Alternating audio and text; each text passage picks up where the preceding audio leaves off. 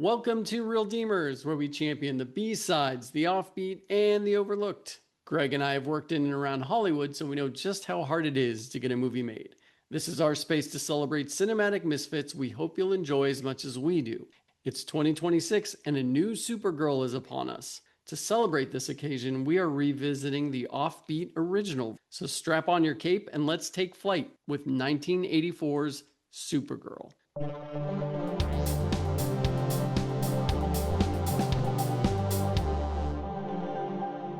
I'm one of your hosts, Andres Anglade, and with me is... I'm Greg Bellavia. Greg, what is your history with the comic character Supergirl? Supergirl popped up in a couple issues of Superman I was reading as kind of a teaser to her big return in DC Comics following Crisis on Infinite Earths. But I didn't really read a lot. She was always kind of like a supporting character and other stuff that was up to at the time. And honestly, I was more of a Marvel guy. Yes, I love Batman. Yes, I love Superman. But with Marvel, I'd drift off. I'd grab an issue of Daredevil here, X-Men there. I wasn't really buying other DC property other than Batman, Superman. But thanks to Superman, we cross paths from time to time. I'm actually the same. I'll admit, I'm pretty ignorant when it comes to Supergirl. Like you, I read Superman and Batman comics, but was mainly a Marvel reader growing up. So my introduction to her was during the Death of Superman storyline, where she was hanging out with Lex Luthor and then goes to confront Doomsday, who punches her in the face. And I'll never forget the panel because it's basically like he's punching Clayface. Like her face just like turns into this goo. And I had no idea what was going on. I know for people who aren't familiar with that panel or that moment, that sounds pretty crazy. So this is the best explanation I found online for what was happening with Supergirl during that time. Quote, "That was the Matrix Supergirl, an artificial shape-changing life form created by another Lex Luthor in a parallel universe. She was the only survivor after Zod and other Phantom Zone criminals killed every being on their universe's Earth. She came to Superman's universe and became its Supergirl for a time." End quote. Isn't comic continuity in history great, Greg? I love comics. Look, we're continuity nuts, trying to keep it going, trying to keep that train rolling with all the histories. Love it. The introduction of that Supergirl were the issues I was reading. Her sudden appearance and trying to explain like who this person is. Like you said, her role was she was dating a cloned body of Lex Luthor at the time, who people didn't realize was the same Lex Luthor. The old, bald, rich villain had put his brain and consciousness into this new hunky body. And she was dating, which is pure, wonderful comic book, like soap opera type theatrics. But I wasn't really endeared to that character because, like, you fool! Don't you see you're with the real Lex Luthor? Don't you understand? So she was always kind of a point of frustration back during the 90s. Hopefully we haven't lost too many of our listeners with this nerdy discussion we're having right now. But before we delve into the movie, I do want to give a little bit more of her comic history. So Kara Zor-El, the Supergirl we know, debuted in Action Comics number 252 in May of 1959. And per Wikipedia, Kara Zor-El is the last survivor of Argo City, which had survived the explosion of the planet Krypton and drifted through space. However, the lead covering is destroyed in a meteor strike, forcing Kara to be sent to Earth. On Earth, Kara acquires powers identical to Superman's and adopts the secret identity of Linda Lee, a resident of Midvale Orphanage, and functions as Supergirl only in secret. Okay, so that's her comic history. Let's get into the movie. There are a few conflicting reports on whether Supergirl was greenlit before Superman 3 came out or after. Because in my research, most of what I found said that it was after Superman 3 didn't blow up the box office when the producers Alexander and Ilya Salkind decided to expand the franchise by using the rights they had acquired with Superman to make a movie about his cousin Supergirl. With that, they were hoping to reach a whole new demographic. So the Salkinds hired screenwriter David Odell, who had written The Dark Crystal, and they wanted a film that would have a guest appearance with Christopher Reeve Superman and feature both heroes taking on Brainiac. Reeves suggested director Jeannot Schwartz, and forgive my pronunciation, who had helmed Somewhere in Time, a time-traveling fantasy film starring Christopher Reeve and Jane Seymour. Jeannot wanted his Supergirl film to move away from the action of the Superman films and be a bit more graceful and gentle. Per an article in the 13th Dimension, quote, "Also unhappy with how Superman 3 turned out and ever more mindful about being typecast, Reeve dropped out of Supergirl. To make matters worse, DC Comics, gun-shy about introducing too many elements from the comics, nixed the use of Brainiac or any of the other Superman villains. Screenwriter Odell had to revise his script into something less ambitious and less connected to the source material. More fantasy, less science fiction / adventure. End quote. So, the main villain of the film is Selina, who's a witch or sorceress, and she was created for the film. She did not originate in the comics. Selina is played by Faye Dunaway, and many more big names were hired for the film. Hundreds of actresses tested for the role of Supergirl / Linda Lee, including big names like Demi Moore and Brooke Shields. But both the director and the producers wanted an unknown actress. They wanted to repeat the success they had with finding Christopher Reeve. So the film also stars Hart Bochner, Brenda Vaccaro, Simon Ward, Mia Farrow, Peter Cook, and Peter O'Toole. The one crossover character from the Superman films is Jimmy Olsen, played by Mark McClure, who's somewhat dating Lois Lane's sister, played by Maureen Teefy. And we're going to talk about that. The film was shot at Pinewood Studios near London, where the first 3 Superman movies shot. The production ended up using 7 sound stages plus a massive acre set on the Pinewood backlot to create the small USA town of Midvale, Illinois, which to me blew my mind. For this episode, I watched a making of doc on YouTube that featured some great footage of them building the town and then destroying it for one of the action scenes. Greg's going to get into it a little bit more, but there's a few different cuts of this film that are out there. Per an AFI catalog article, quote, test screenings found audiences restless at the film's original 138-minute running time. About 15 minutes were cut, including several scenes involving Supergirl's homeworld of Argo City and of Supergirl first discovering her powers. The film was released internationally at 124 minutes. However, before the film was released in the US, another 20 minutes were deleted to give Supergirl a 105-minute running time. Distributor Warner Brothers slotted Supergirl for a July 1984 release. The Salkins did not want the film to compete with the 1984 Olympic Games being held in Los Angeles, or to get lost among the other escapist fare that filled theaters in summer months. When the Salkins insisted on a Christmas release, Warner's opted not to distribute Supergirl, saying they did not have a holiday slot available in their schedule. The Salkins looked for a new distributor, and TriStar Pictures agreed to release it for the 1984 holiday season. Okay, so what are we even talking about here? It's Supergirl. She's always kind of lived in Superman's shadow. You have these kind of like handcuffs put on where you can't draw villains directly from the comic. So where did they end up with the film? And also, just to point out, Superman, 1978, taking material that's originally aimed at kids and turning it into 100% family feature film fun. This is not just something aimed at children anymore. This is something everybody can enjoy, and it's for the mass market, and it's a huge success.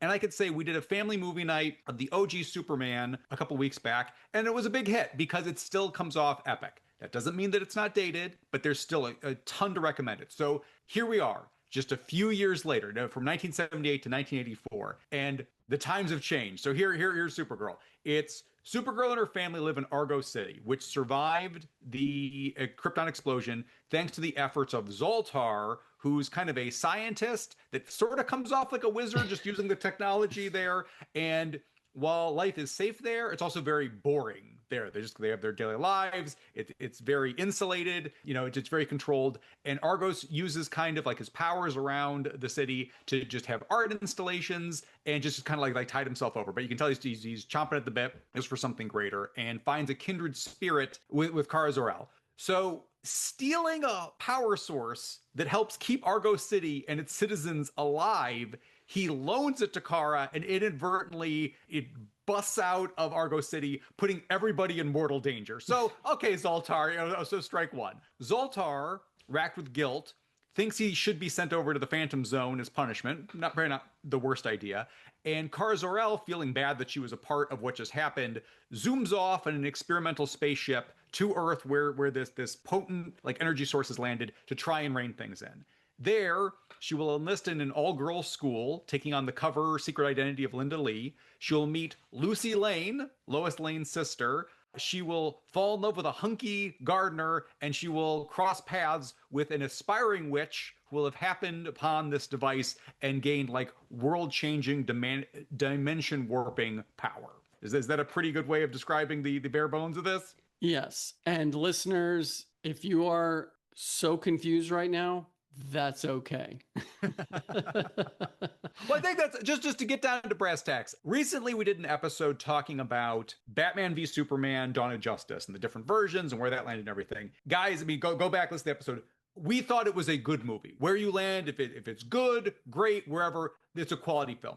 I think we can agree here, even though it's the Reeldeemers, we're going to get into this. This is a bit of a mess. It's a bonkers film. Yes.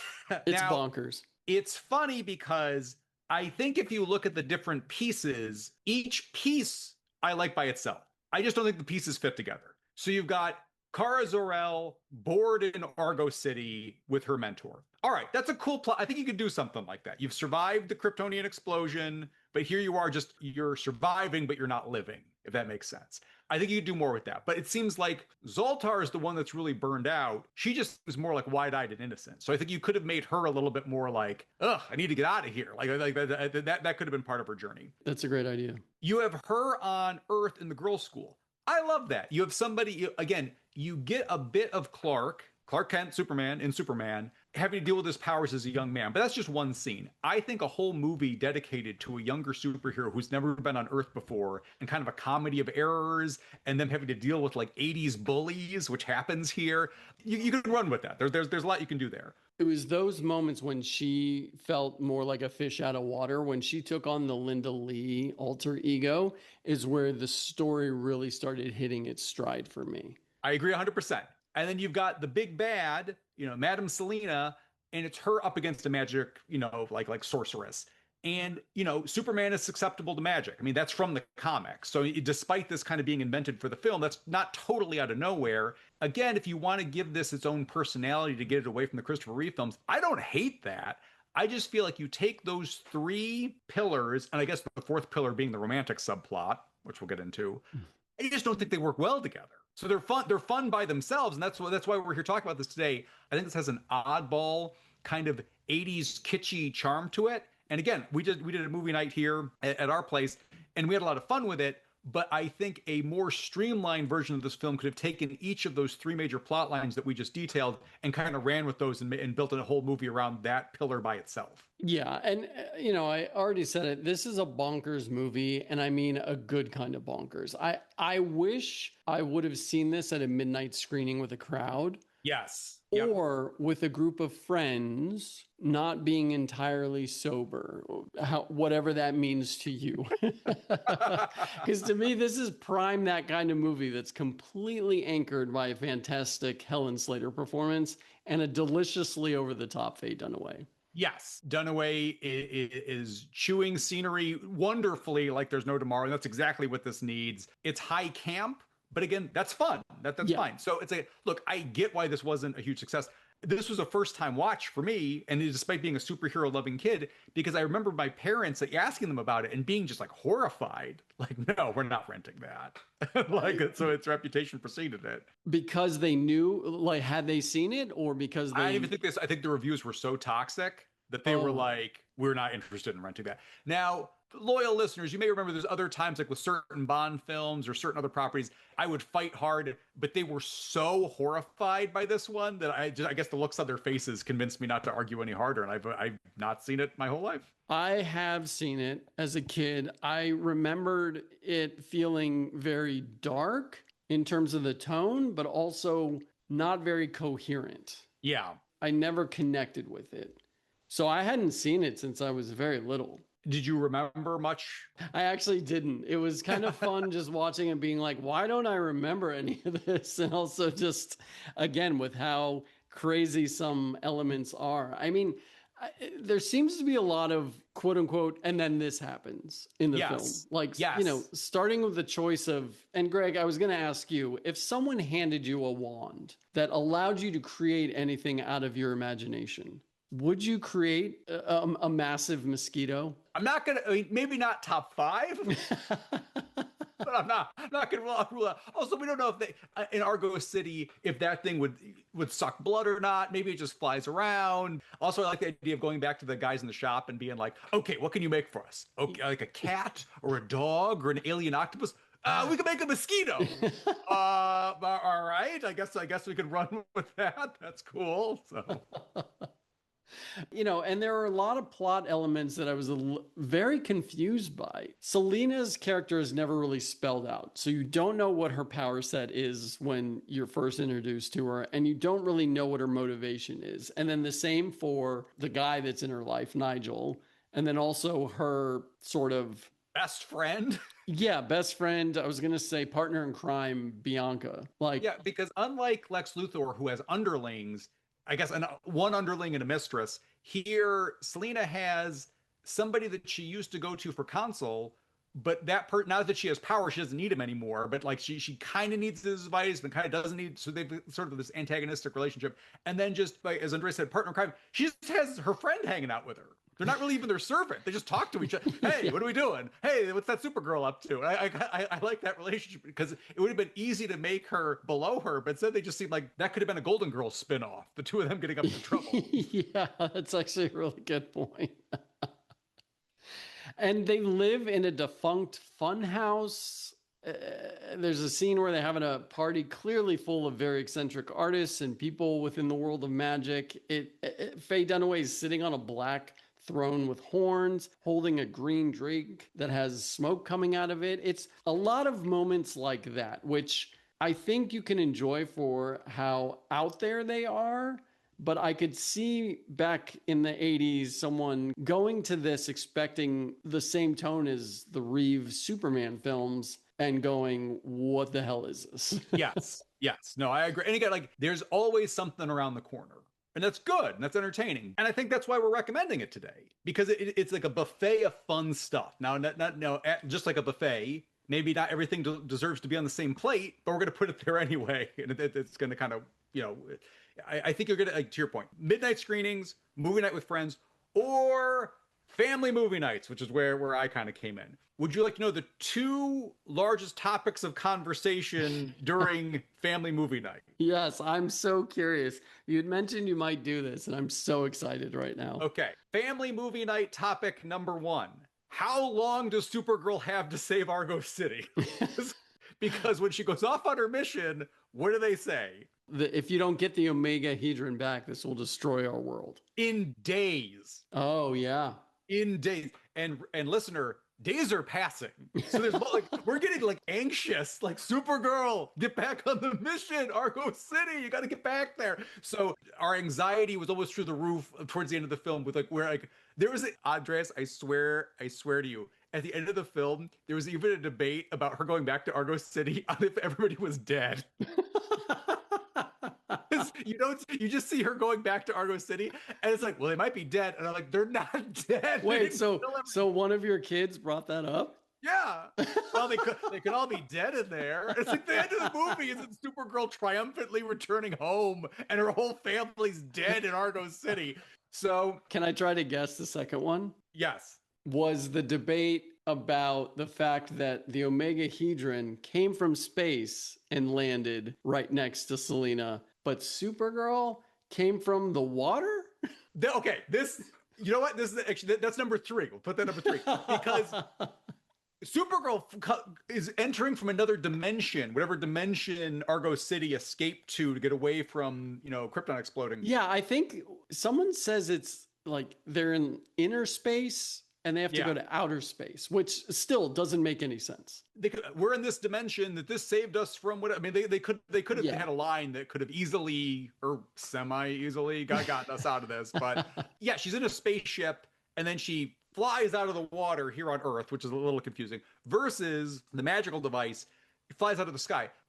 My daughter was like, no, but that fell. Why is she coming? But then we had to rewind because when you first see it, it's doing a little arc. So it flies up for a second before coming down. So, well, maybe it flew out of the water, which you don't see, and then came flying up. Yeah, okay. All right, so yeah, that was number three. Number two, age of consent laws given a few relationships. Now, we weren't talking about that with the kids. My wife and I were giving each other like side eye during multiple points of this.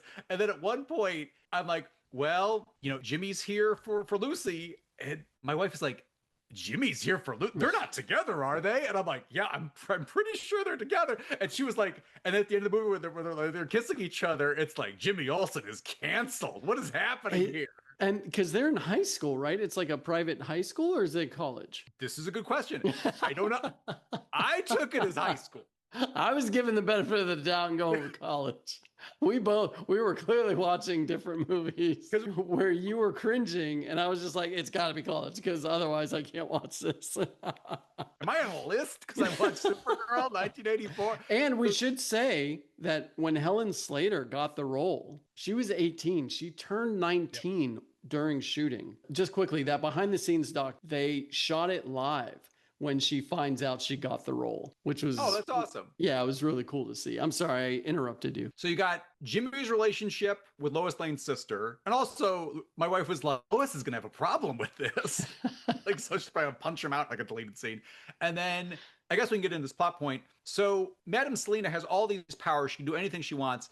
And one of the first things she does is bend the will of a local landscaper to... She gives him a love potion, fall in love with the first woman he sees, but then because he's so hypnotized, he's kind of out of it, and Supergirl needs to rescue him from like harm. So the first woman he sees, Linda Lee, Supergirl's like alter ego. Okay, and then there is your love triangle. So Madame Selena's like jealous, and Supergirl / Linda Lee has to deal with this love-struck guy who'll do like anything for her, and all of a sudden he goes from being kind of like this rough, uncouth like landscaper. Now he's doing like poetry for her, and it brings out like the softer side of him.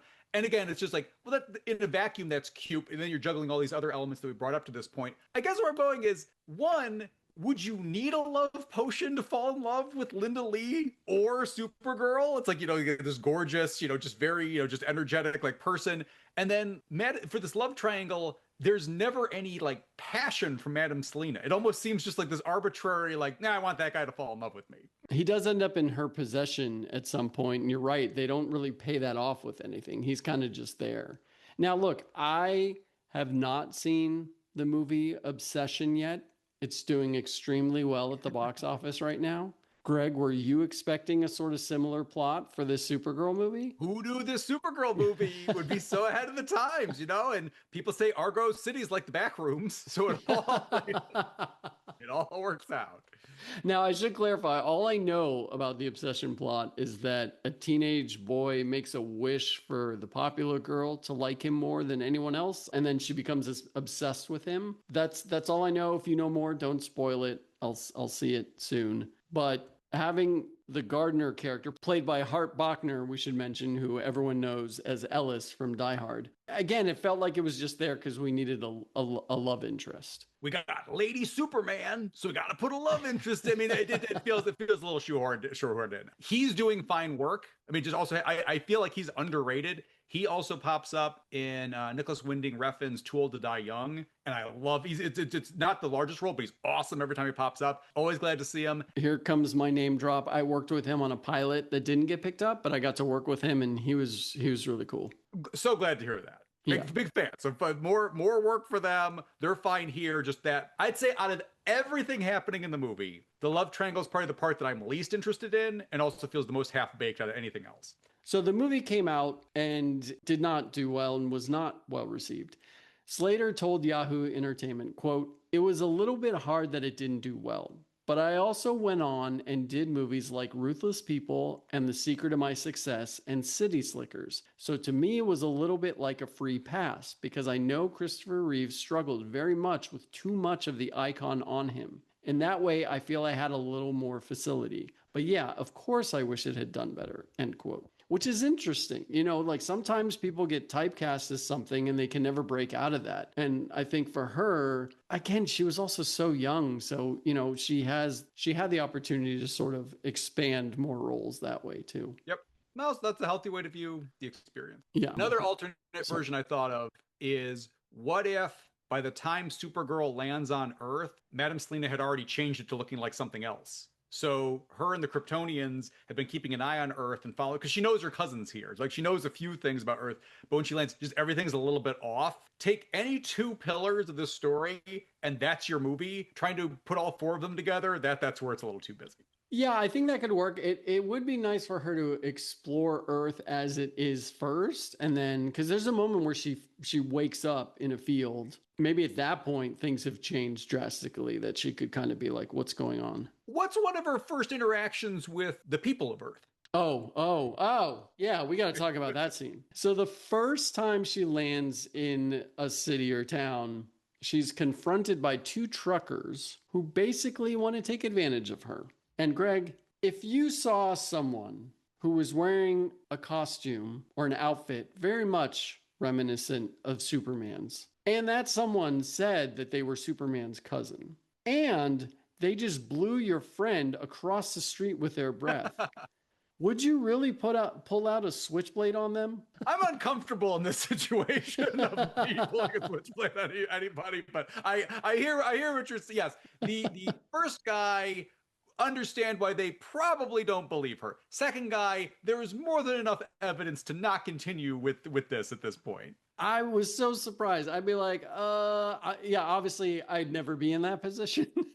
So I apologize for making you try to answer that question. Yeah. But just thinking of it from that character's perspective, what the hell are you doing, man? Just run away. In for a penny, in for a pound. That's that. Then I have to call attention to the other guy, played by TV's Max Headroom, Matt Frewer, who I'm a huge fan of. They obviously don't have a ton to do here. They're just a generic goon who's there to be kind of like tossed around. But good to see him. Good to see my boy Frewer. Yeah. And what shirt was he wearing?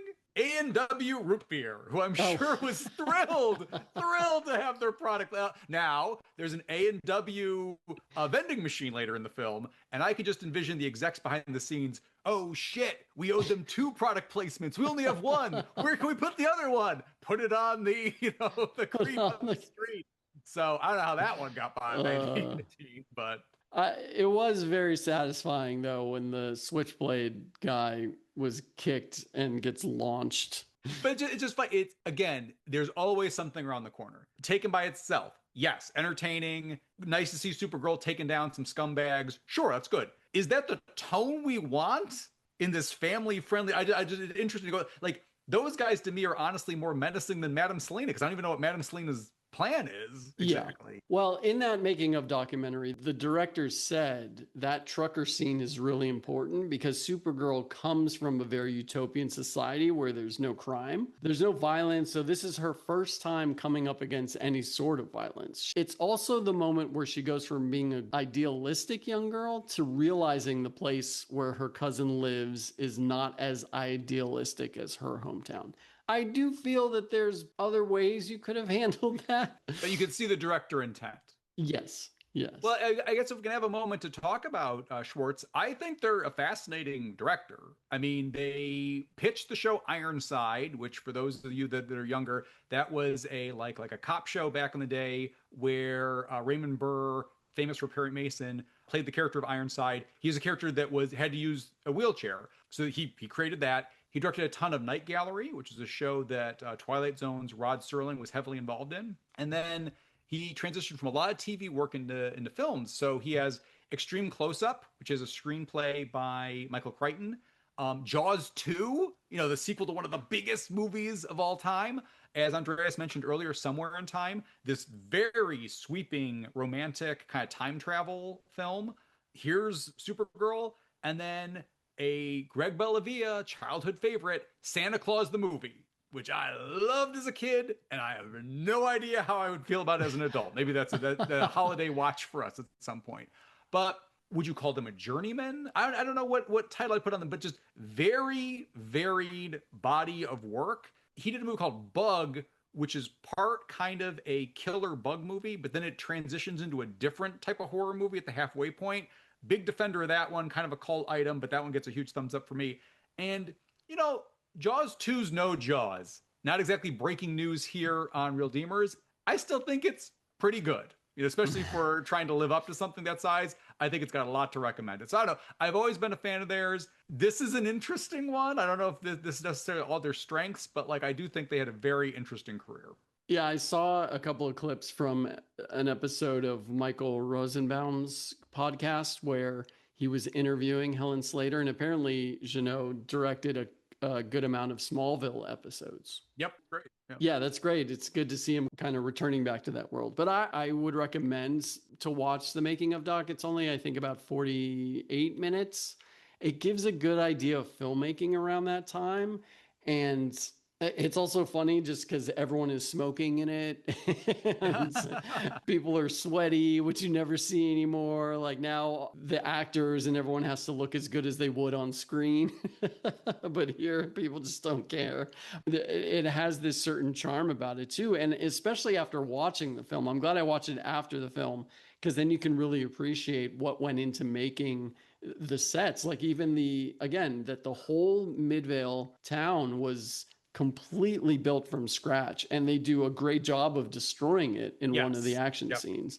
You know, one thing, again, like money on the table, or just something I want to see, like kind of like expand on more. Zoltar, what's his deal? Because again, dear listener, Zoltar reappears later in the film. So using her powers, Madame Selena sends Supergirl away. You know, stop bothering me and my world domination plans, and she sends him off to the Phantom Zone. Okay, cool. That's a good callback. That again, like there's some stuff in here I really think works. That's a good way to kind of tie it into the Superman lore. And there in the Phantom Zone is forlorn like Zoltar, and then he helps her escape the Phantom Zone before dying, but he inspires her to kind of save the day at the end. I feel like that was, you got Peter O'Toole, fantastic actor. You've got this kind of mentor figure. It's weird that like he's obviously of a scientific mind enough to save Argo City. But I like the idea of him also having the soul of the artist that feels stifled. I just feel like that could have come back around. Like maybe that was his plan, was to escape the whole time. And like he's not even trying to conquer Earth. He just wants to get out of Argo City, and he doesn't care if he endangers them. Like, I just feel like there's more you could have done with that character, and I just feel like, hey, nice to see him. Great to collect a paycheck, Peter O'Toole, but just a little underwhelming in the end.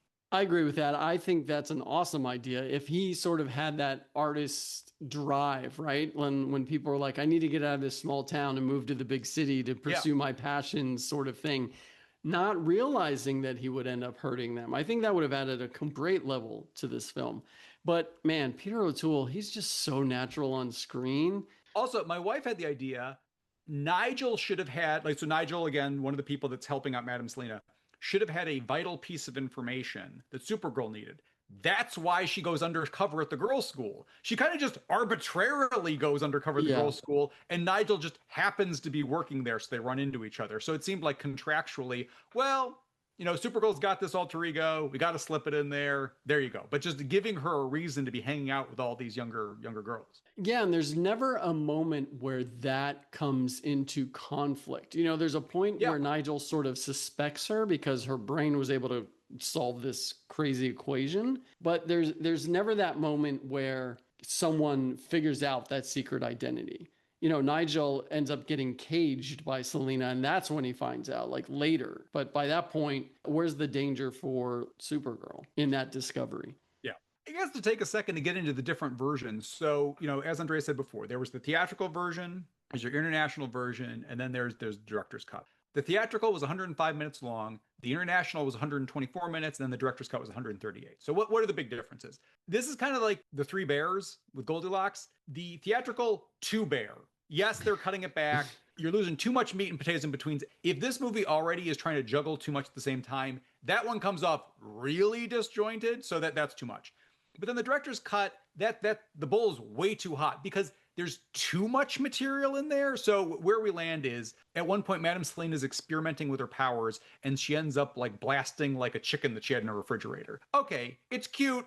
You don't really need it. As Andreas mentioned, there's a party with all kind of these oddballs, and that's a cool scene. That scene's not really developed in the theatrical, but it's given too much room to breathe in the director's cut. You get just enough in the international version. When Nigel gets the boils on his face at one point when Madame Selena doesn't want to deal with him, that's not in the theatrical, and that's not a nice little business like showing her using her powers.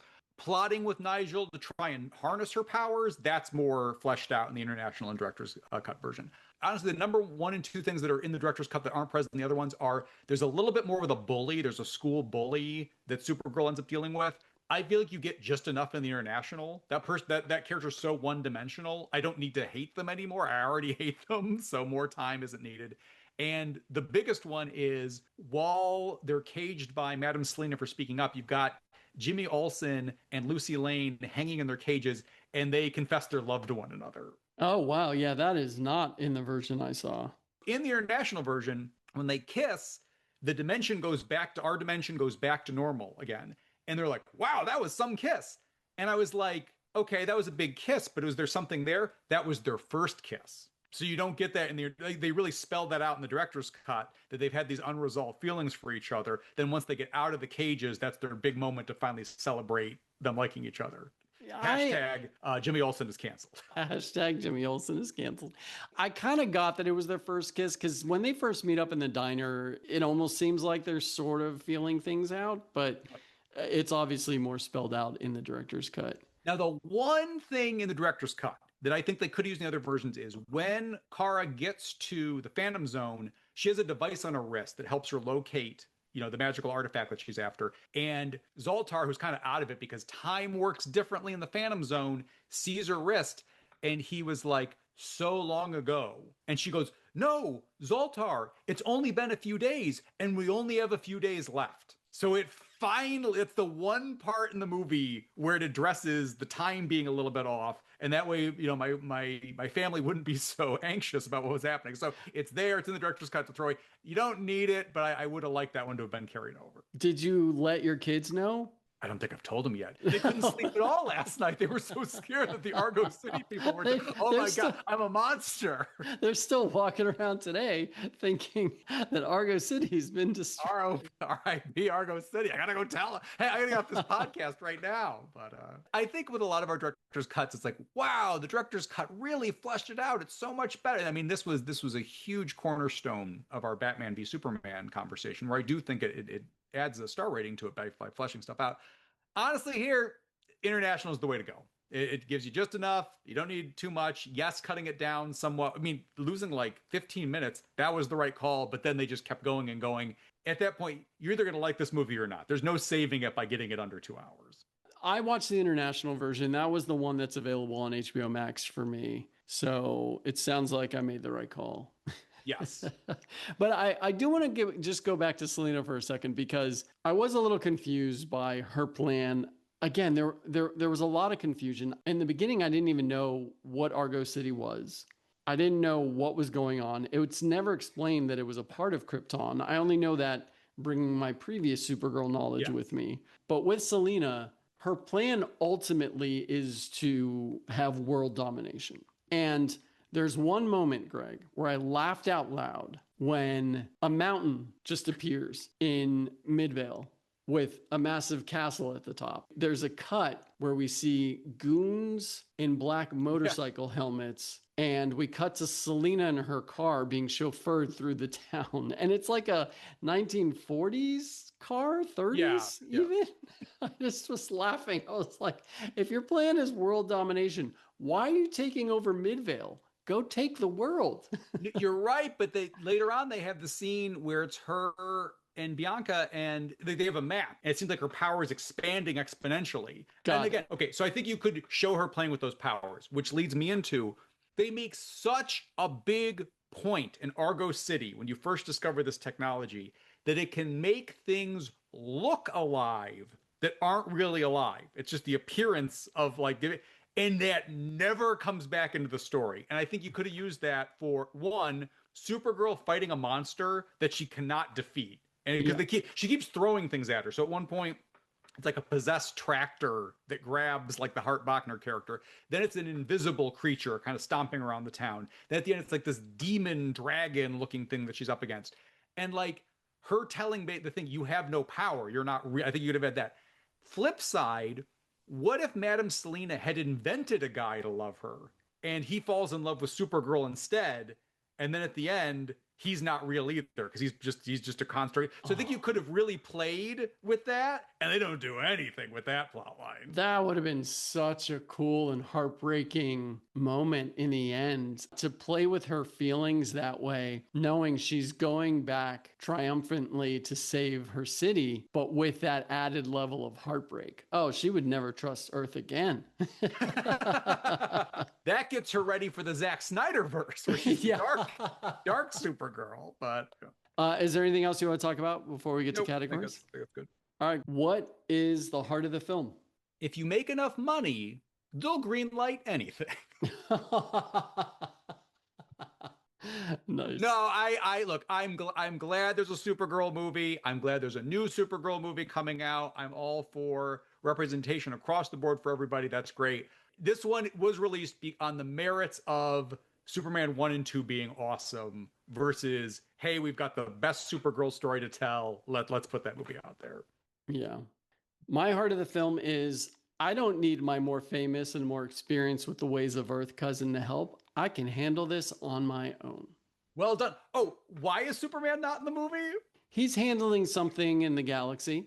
You hear a radio announcement, Superman's handling an issue, galaxies away. It's like, we, the makers of this movie, guarantee you that Superman will not appear in this film. They are way too far away. Hey, at least it gives us something. Not when you're watching the individual MCU movies and you're like, why aren't the Avengers helping? That's true. I like the post-credits would be Superman arriving on Earth. Like, what I miss? Why is Jimmy Olsen in jail? Hashtag Jimmy Olsen in jail. Okay. Favorite scene? Okay, I agree with you. I think the strongest material is her in the school because there's that fish out of water stuff and that's all good. But I have to say, for a superhero movie, I want to see them doing superhero things. And at the risk, as always, of being basic, I like her versus the invisible monster because I like the effects of the monster crashing through this force is coming for her. They're going to do this showdown. And I like her walking out and her strong and telling it to like leave, do not bother anybody here. That was like a rousing like moment in a movie that wasn't necessarily chock full of rousing moments like that.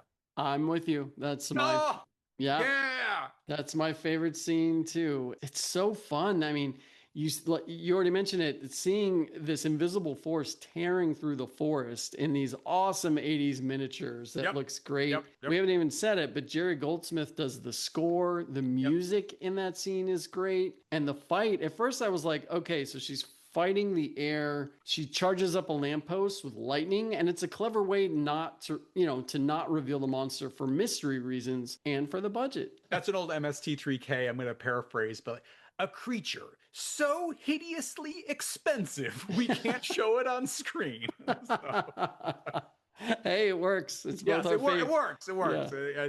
It's that's it. It's a budget saving thing, but because of the miniatures and seeing it just like it tears through Zelina's wall, it's going through the board. There's a real sense of menace because we don't know what that thing looks like. Yeah. Favorite shot? It's on the letterbox background right now. It just brings me so much joy, and it's Supergirl in front of the Popeyes. It's her big like hero moment. She's debuting herself to the world. She's about to save this dude who's been kidnapped by construction equipment, and this town's under attack. It's awesome, but it doesn't look quite right because the Popeyes is right behind her. So I think that sums up the movie. Fun. There's just something a little off about it. So I think that sums up my feelings. I have one and a runner-up, and then there's a couple of shots I want to talk about because there's just so much fun zaniness in this movie. So my favorite shot is in one of the scenes at the end. We see a mirror that has broken shards that come back together to reveal Supergirl in the reflection. Simple shot reverse, but it still tells a lot, and I really like that. But my runner-up was after she first learns to fly, she walks to a rocky ledge and stares out at the sunset in silhouette. It's a beautiful shot. That would have been my runner-up. Yeah. During the party scene, Selina has switched a woman's fruit in her drink into a scorpion. The woman takes a bite and falls over, but upside down. So her legs are up and her head is towards the floor. And she starts spinning around the room. There's a shot of Selina holding her finger up. It's a medium close-up, and you just see the legs spinning in front of her. And to me, that is what this movie is. Okay, that's fair. Also, director's cut, that woman shows back up at the end. She runs up to Nigel, and they walk off together. Really? Yep. I would have left that in. That's actually kind of a cool little callback. Save that for Supergirl 2. MVP. Faye Dunaway. She's amazing. She's so good. I mean, like, okay. You may have a different one for me. We'll see in a second. I think the key to Superman is Christopher Reeve. Obviously. But he gets to play Clark Kent. He is Clark Kent and he is Superman. They're two distinct personalities, and he pulls that off. It's one of the great casting choices in cinema is he plays a great dorky Clark Kent and he plays a great heroic confident Superman. I feel like Helen Slater is very good here. Like, well cast, glad to see her. This movie's, whatever the movie's problems are, it is not Helen Slater's fault. That's not it. But I'll say this. Her alter ego and Supergirl are basically played at the same pitch. So she does not get that opportunity to play the two different characters. So Christopher Reeve is able to show you this wide range of acting. And like, oh my gosh, a great job. Here, it's a little bit more, not one note, maybe two note, or like very, like it's three-dimensional, but just not as much there. So I feel like Faye Dunaway, yes, Madam Selene doesn't have this giant character arc. Yes, she's just a force of nature that just wants to hang out with her lifelong best friend and take over the world. Is that so much to ask, everybody? But she brings such passion to a role that is underwritten that I feel like she steals every scene she's in. She's owning the movie, even though it's an underwritten part. So I feel like that, and she's my background. I think she's the thing that stands out the most. And I did a poll of the room after the movie. MVP, everybody said Faye Dunaway. So that was the Bellavia family vote. That's awesome. Not enough can be said about what Christopher Reeve does to switch from Clark Kent to Superman.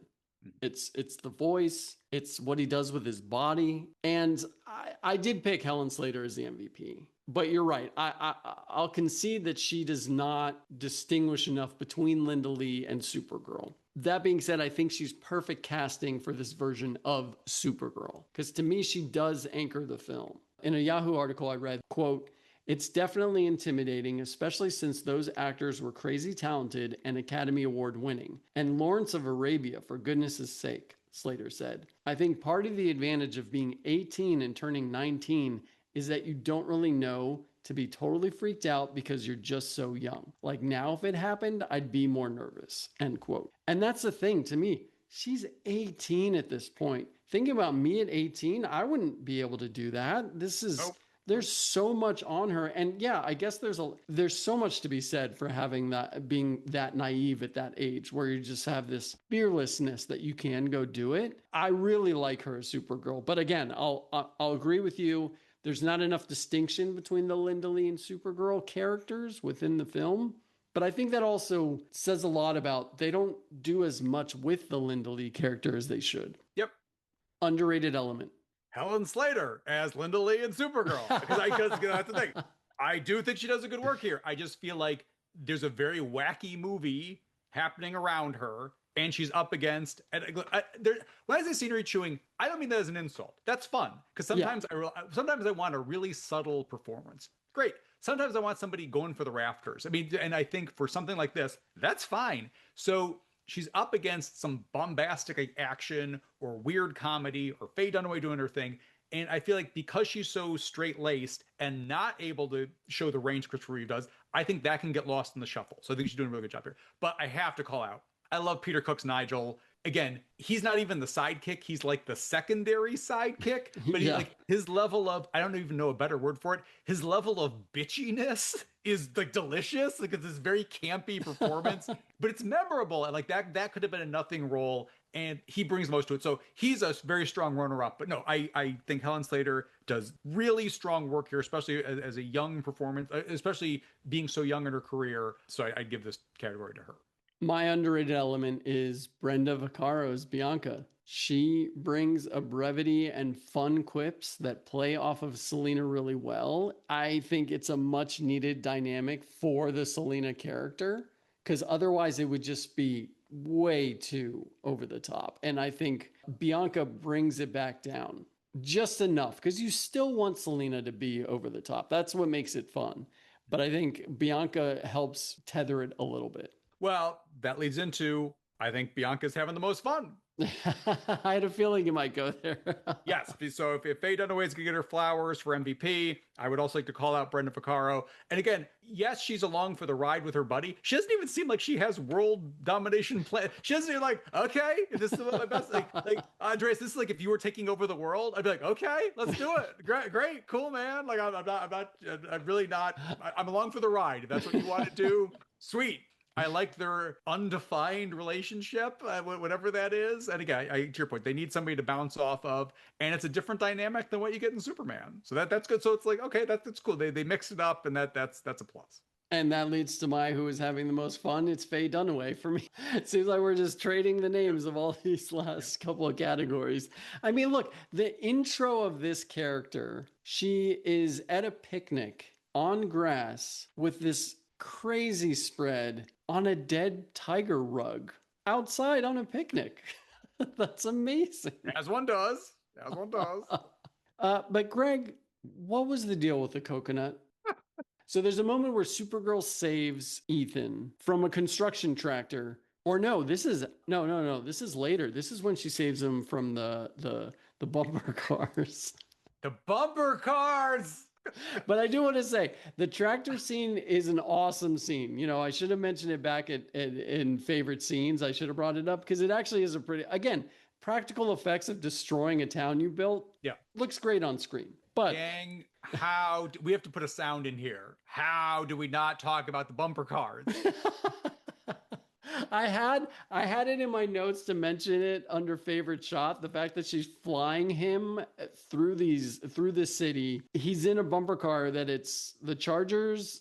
Is it the Rams and the Patriots? I wrote it down. Rams. I think it's the Rams and the Patriots. We were trying to think. Yeah. And it just looks amazing. It's like, that's so 80s. So anyways, yes, she saves Ethan from bumper cars because Selena lives in a fun house, some sort of carnival area. And she takes him to a lakeside area. Greg, you're going to have to help me here. I don't know what Selena was trying to do. She sends a coconut that hits him on his head. I don't understand what was happening there. I think she's just mad that she's not getting her attention. So that's one of the things that she could do. She could shoot a coconut at a guy. So I said it. It's a bonkers, zany film, and you need to watch it with a crowd. Okay, what's your convince me to watch it scene? Supergirl saving the town while the tractor's like rampaging. Awesome. Yeah. Also, shout out to the tractor causes a car to crash through a window and it bodies. There's a person who's standing. So it's like, for the most part, Madame Selena doesn't seem like Lex Luthor.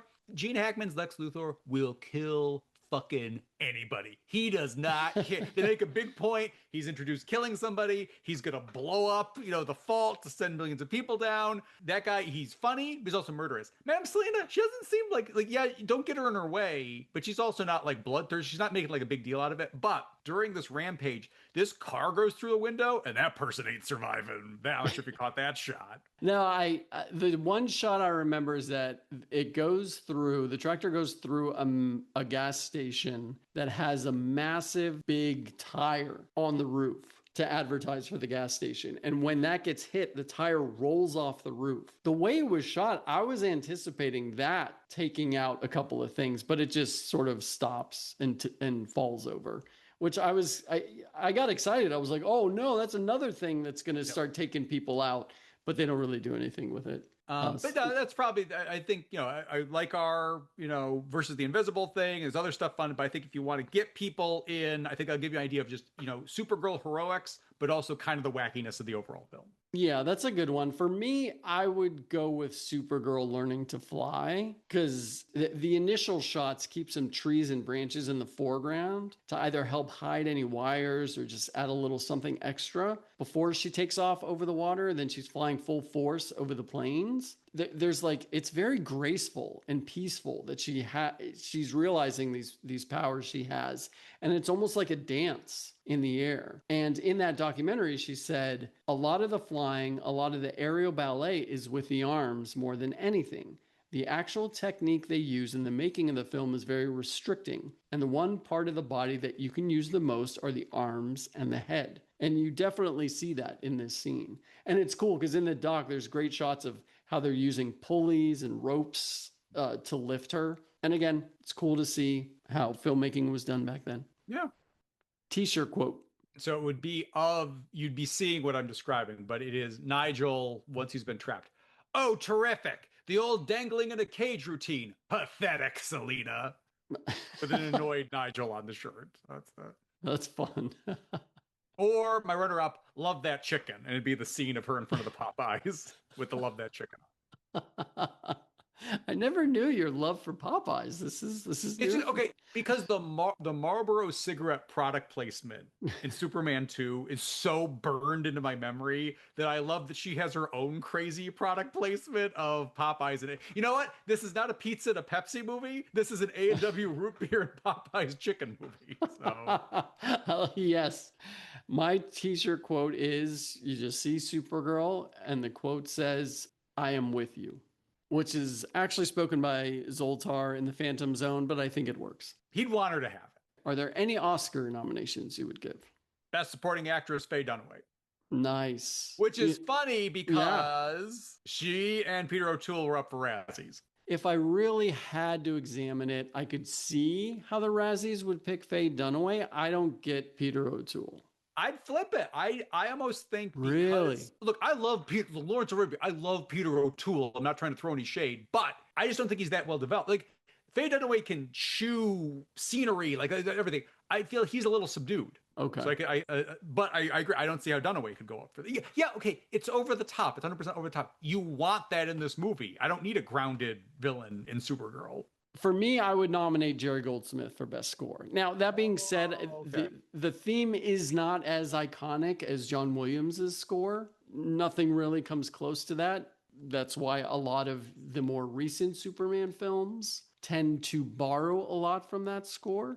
But I will say Hans Zimmer's score for Man of Steel is really great too. But here I like what the score is doing. That's a good call because that's almost impossible shoes to fill with how good that other score is. Okay, we always like to end with a crew shout out. Who would you like to highlight? I'm going to do costume designer Emma Porteous, who also worked on costumes for Aliens, Judge Dredd, Octopussy, and Clash of the Titans, which all had really cool costumes. You have Supergirl, you have Argo City, you have some like the flashier outfits once Madame Selena takes over. Kind of that can get lost in the shuffle with everything happening here, but I just want to highlight their work. My crew shout out is prop master Wesley Pepiat. Full disclosure, I wanted to shout out the props. I found this name and I'm so glad I did because these are their other credits for the prop department. Octopussy, Superman 3, Gladiator, Closer, Spy Game, Munich, Quantum of Solace, Ghostbusters Frozen Empire. Wow. It's great credits. And I do know that they grabbed a lot of the crew from Superman 3 and used them on Supergirl. I like both of our people worked on Octopussy. Yeah, a couple of Bond films in there. Not a shock. This does feel akin to Superman 3. If you're a big Superman 3 fan, or if you're like, oh man, this is crazy, and like that's your WTF movie night, you should be watching something. This would make a good double feature. I agree with that. Did your kids watch Superman 3? No, we've only done Christopher Reeve Superman and this one so far. So my wife's way of thinking was, let's just say Supergirl isn't their favorite. We can win them back over with General Zod. With Batman v Superman, Dawn of Justice. Got it. Nobody's sleeping for a week. Nightmares for everyone. First time watch. It is a lot of fun. It's no Christopher Reeve Superman 1 and 2, but it is Christopher Reeve Superman 3 and 4. And I think you'll know if you want to watch this based off of that. But we had a good time with it. Yeah, I agree with that. I think if you enjoy Superman 3, you'll enjoy this film. Again, if it's a midnight screening, I recommend going with some friends. Oh, man. I think that could be a lot of fun. This does have a cult following. You know, people are appreciating it for the campiness and zaniness and bonkers storyline more than they were back in the 80s. So, well, thank you everyone for listening to this episode of Reeldeemers. If you like what you heard, please leave a like, follow, or review wherever you listen to podcasts. Those go a long way to help us reach others who might enjoy listening. If you want to reach out, email us at reeldeemers@gmail.com. You can follow us on Blue Sky, Instagram, and YouTube. Our music is by Adolfo Delanoy. You can follow him on Instagram at Adolfo Delanoy. Thanks again, and stay safe.